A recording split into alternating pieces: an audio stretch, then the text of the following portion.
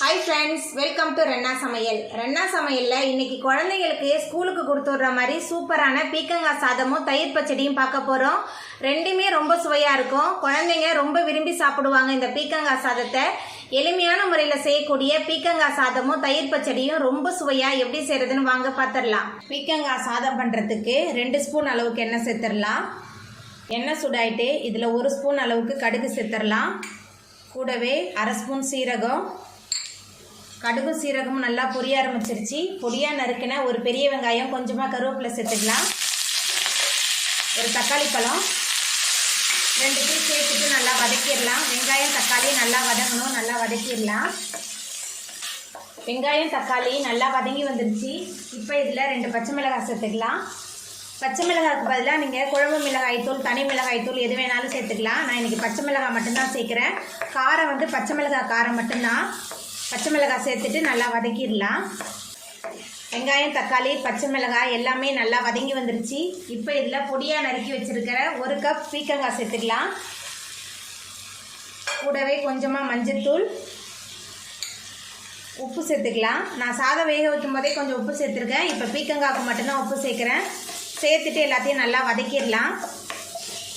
நான் பீக்கங்காய் வேகிறதுக்கு தண்ணிலாம் எதுவுமே சேர்க்கல. ஏன்னா இது தண்ணி காயின்றதுனால கொஞ்சம் தண்ணி விட்டு தான் வேகும். அதனால் நல்லா கலந்து விட்டு வேக வைக்கலாம்.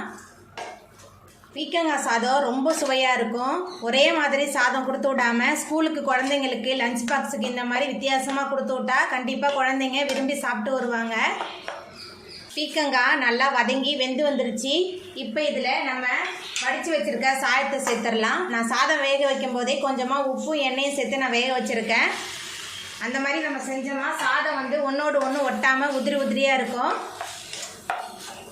இப்போ சாதத்தை சேர்த்துட்டு கிளறிடலாம். சாதத்தை சேர்த்துட்டு நல்லா கலந்தாச்சு. பாருங்கள் பீக்கங்காய் சாதம் எவ்வளோ உதிரி உதிரியாக இருக்குன்னு. இந்த பீக்கங்காய் சாதம் நீங்கள் ஒரு தடவை குழந்தைங்களுக்கு ஸ்கூலுக்கு கொடுத்து விட்டிங்கன்னா விரும்பி சாப்பிடுவாங்க. அடிக்கடி இதே முறையில் தான் சாதம் செய்ய சொல்லி கேட்பாங்க.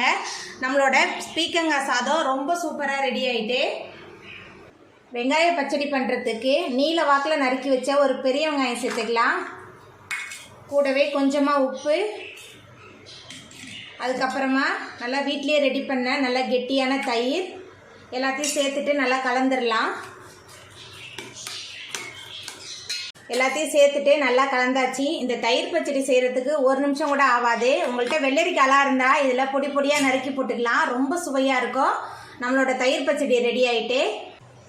அவ்வளோதாங்க, ரொம்ப சுவையான பீக்கங்காய் சாதம் தயிர் பச்சடி சூப்பராக ரெடி ஆகிட்டு. எளிமையான முறையில் சுவையாக செய்யக்கூடிய பீக்கங்காய் சாதம் தயிர் பச்சடியை நீங்களும் உங்கள் வீட்டில் செஞ்சு பாருங்கள். இந்த வீடியோ உங்களுக்கு பிடிச்சிருந்தா லைக் பண்ணுங்கள், ஷேர் பண்ணுங்கள், கமெண்ட் பண்ணுங்கள், சப்ஸ்கிரைப் பண்ணுங்கள். அப்படியே பக்கத்தில் உள்ள பெல் பட்டனையும் கிளிக் பண்ணிடுங்க. நன்றி.